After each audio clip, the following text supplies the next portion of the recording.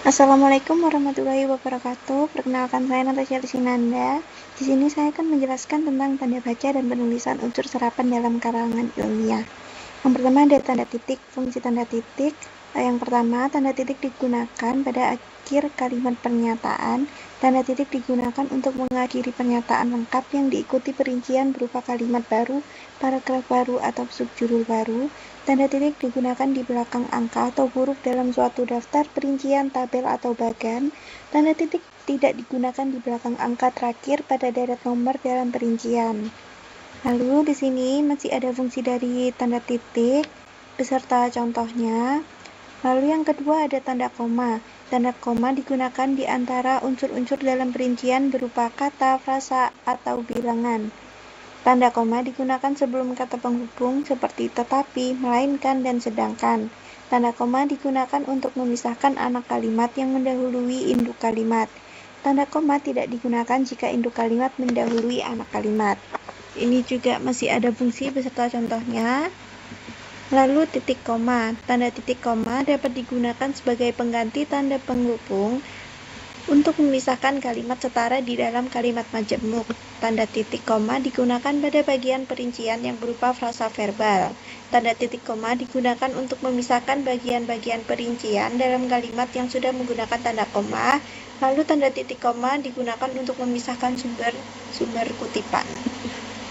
Lalu tanda titik dua digunakan pada akhir suatu pernyataan lengkap yang langsung diikuti perincian atau penjelasan. Tanda titik dua tidak digunakan jika perincian atau penjelasan itu merupakan bagian dari kalimat lengkap.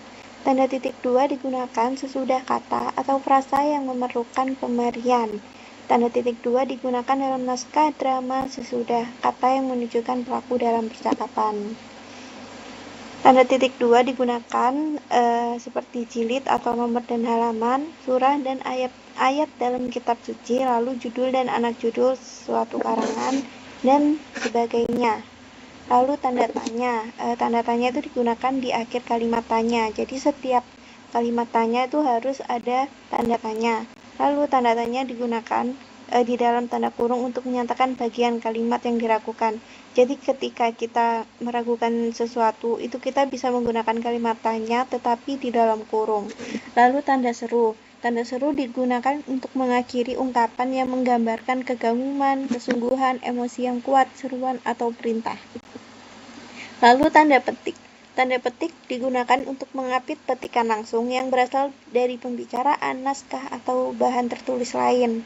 Misalnya merdeka atau mati itu kan seperti pembicaraan, itu jadi di tanda petik. Lalu tanda petik digunakan untuk mengapit judul puisi, judul lagu, judul artikel, judul naskah, judul bab buku, judul pidato. Lalu tanda petik digunakan untuk mengapit istilah ilmiah yang kurang dikenal atau kata yang mempunyai arti khusus. Lalu tanda kurung. Tanda kurung digunakan untuk mengapit keterangan tambahan atau singkatan atau padanan kata asing seperti Bahasa Indonesia mempunyai tes standar yang disebut Uji Kemahiran Berbahasa Indonesia, disingkat UKBI, itu di tanda kurung. Lalu tanda kurung digunakan untuk mengapit keterangan atau penjelasan yang bukan bagian utama kalimat. Tanda kurung digunakan untuk mengapit kata yang keberadaannya di dalam teks dapat dimunculkan atau dihilangkan.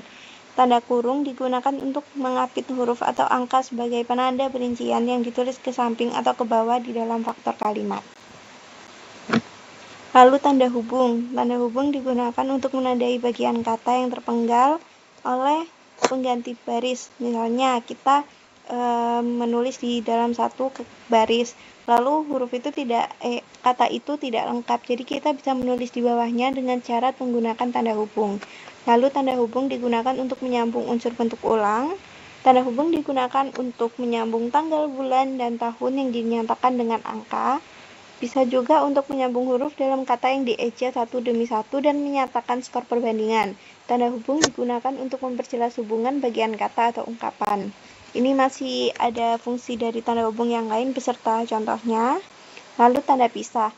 Tanda pisah dapat digunakan untuk mengapit keterangan atau penjelasan yang bukan bagian utama kalimat. Tanda pisah dapat digunakan untuk mengapit keterangan atau penjelasan yang merupakan bagian utama kalimat dan dapat saling menggantikan dengan bagian yang dijelaskan.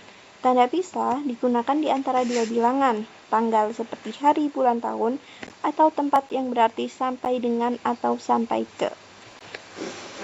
Lalu unsur serapan. Unsur serapan merupakan kata yang berasal dari bahasa asing yang telah diintegrasikan ke bentuk bahasa yang telah diterima pemakaiannya.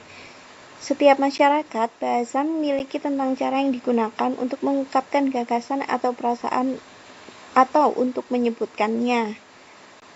Prosesnya ada asimilasi, yaitu proses penyerapan tanpa banyak perubahan bentuk atau ejaan dari bahasa asalnya, yang artinya bentuk kata hampir sama dengan aslinya, hanya sedikit disesuaikan agar bisa dilafalkan dengan mudah oleh penutur bahasa Indonesia.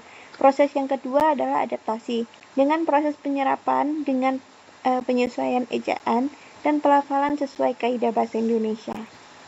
Ini ada contoh kata serapan yang berasal dari Arab, Inggris, Belanda, Sanskerta, Portugis. Yang pertama dari Arab, ada di bentuk serapannya seperti adil.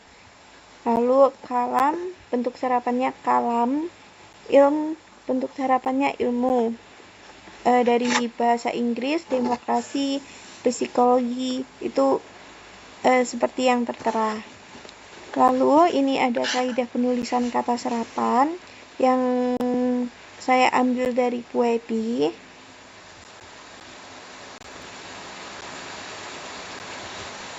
Lalu kesalahan umum dalam penggunaan unsur serapan karangan ilmiah. Yang pertama, tidak menyesuaikan ejaan dengan kaidah Puebi. Jadi ketika kita ingin menggunakan karangan ilmiah, kita harus mengacu pada peraturan Puebi.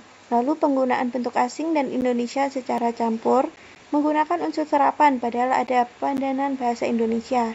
Salah menulis atau mengucapkan unsur serapan, salah kaprah dalam bentuk jamak, terlalu banyak istilah asing tanpa ada penjelasan, lalu salah menggunakan imbuhan pada kata serapan. Lalu di sini ada daftar pustaka referensi yang saya pakai, dan sekian isi ini. Kurang lebihnya mohon maaf. Wassalamualaikum warahmatullahi wabarakatuh.